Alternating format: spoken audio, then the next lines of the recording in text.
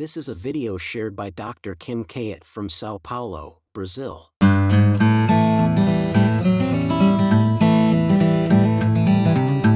This patient presents with progressive worsening of visual acuity associated with diffuse vitreomacular traction.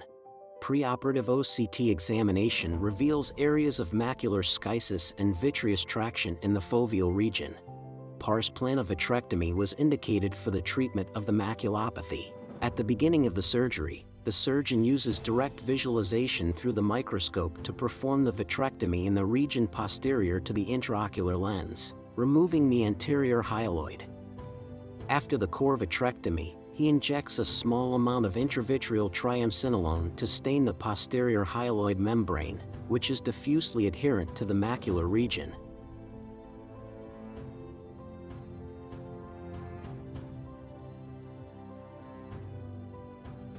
Using a membrane pick instrument, the surgeon makes small openings in the posterior hyaloid around the foveal region. Note that he makes centripetal movements to perform these openings, aiming to isolate the parafoveal hyaloid from the peripheral posterior hyaloid, and takes great care to avoid generating traction on the fovea and consequently creating an iatrogenic macular hole with his maneuvers. Next, he uses the vitrector probe with low vacuum settings and performs circumferential trimming in order to separate the posterior hyaloid from the foveal region and the periphery. Patients with vitreomacular traction syndrome exhibit abnormal vitreoretinal adhesion, and therefore, when performing maneuvers to detach the posterior hyaloid, it is also necessary to be very careful not to cause iatrogenic tears in the peripheral retina.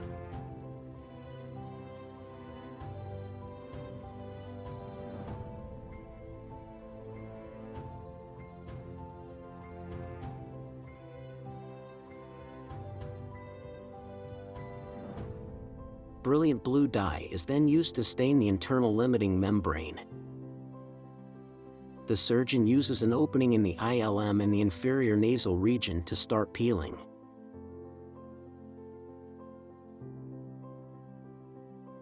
He performs a fovea-sparing ILM peeling technique, peeling the internal limiting membrane 360 degrees and leaving it still adhered to the parafoveal region.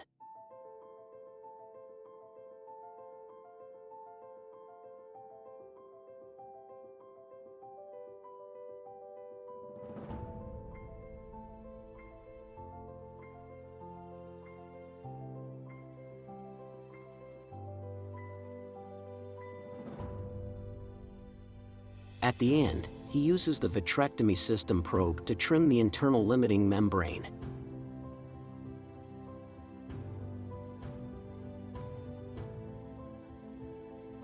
Since there were no iatrogenic breaks in this surgery, it was not necessary to use tamponade agents after the fluid-air exchange.